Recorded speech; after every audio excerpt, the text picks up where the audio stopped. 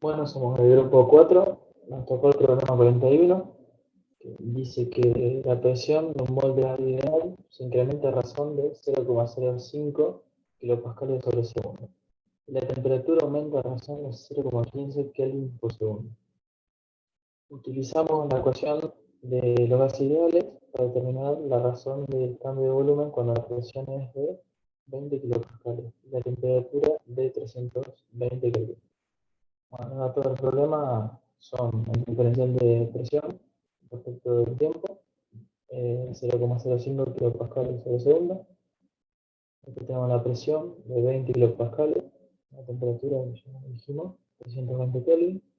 Y después tenemos el diferencial de temperatura respecto al diferencial de tiempo, es 0,15 Kelvin por segundo. En base a estos datos, hacemos el diagrama de árbol, en el cual tenemos arriba tenemos el volumen, que depende de la presión y está a la vez de la temperatura. Por la otra rama tenemos el volumen, que depende de la temperatura y este a la vez del tiempo. Y después procedemos a resolver. Nos queda la ecuación P por B igual 8,31 por T, que de la cual despejamos la ecuación que nos interesa, que es la del volumen, que nos queda igual volumen respecto a la otra variable, sería volumen igual 8,31 T sobre P. Con estos datos ya, y este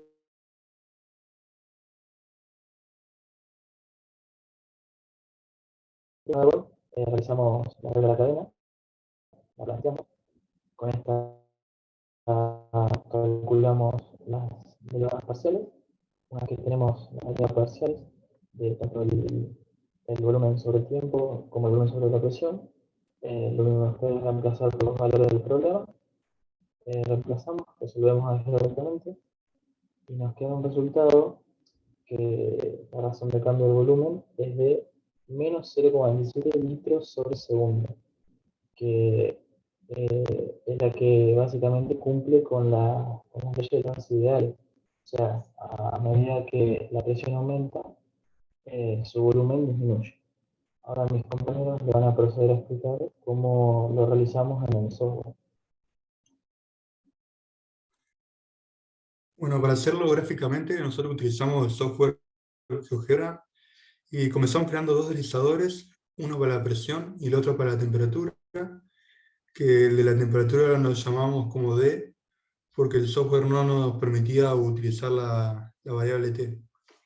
Después lo que nosotros hicimos fue asociar estos dos deslizadores a los planos que son paralelos a los planos coordenados. Así nosotros podíamos observar cómo van variando, digamos, a medida que nosotros movemos el deslizador. Para la presión utilizamos el color celeste y para la temperatura utilizamos el color azul. Después lo que nosotros hicimos fue hacer una nueva función que va a ser la superficie de color roja para permitirnos ver cómo chocan, digamos, todo lo que hicimos antes ahí, en el sistema ese. Bueno, como recién dijo Franco, luego de graficar la superficie correspondiente a la función que nos tocó, lo que hicimos fue, mediante el comando de intersección, analizar las intersecciones entre estos planos correspondientes a las variables presión-temperatura con respecto a la superficie graficada. Con respecto al plano de la presión, que es el plano celeste, la intersección resulta una recta, y con respecto al plano de la temperatura, el plano azul, la intersección resulta una hipérbola. No sé si ahí se logra apreciar.